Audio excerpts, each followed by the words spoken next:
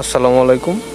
আমার লাম্পিকে আক্রান্ত হওয়া সেই গরুটি এখন মোটামুটি একটু খাচ্ছে। আজকেই খাওয়া শুরু করলো মাত্র, গতকালকে খায় নাই।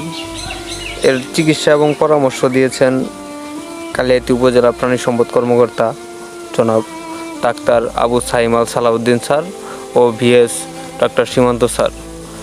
দুজনের পরামর্শ এবং চিকিৎসা ক্রমে বাছুরটি এখন সুস্থতার দিকে যাচ্ছে।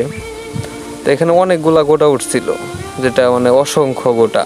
হয়তো ভিডিওতে ওইভাবে বোঝা যাচ্ছে না, কিন্তু প্রথম যারাই আছে তো এই জন্য ঠিকমতো বোঝা যাচ্ছে না, কিন্তু হাত দিয়ে দেখলাম যে অনেক গোটা, যেটা অনেক ব্যথা পায়।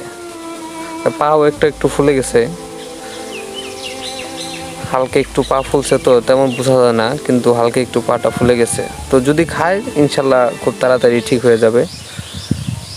সবাই বাছুরটির জন্য দোয়া করবেন। আসসালামু আলাইকুম।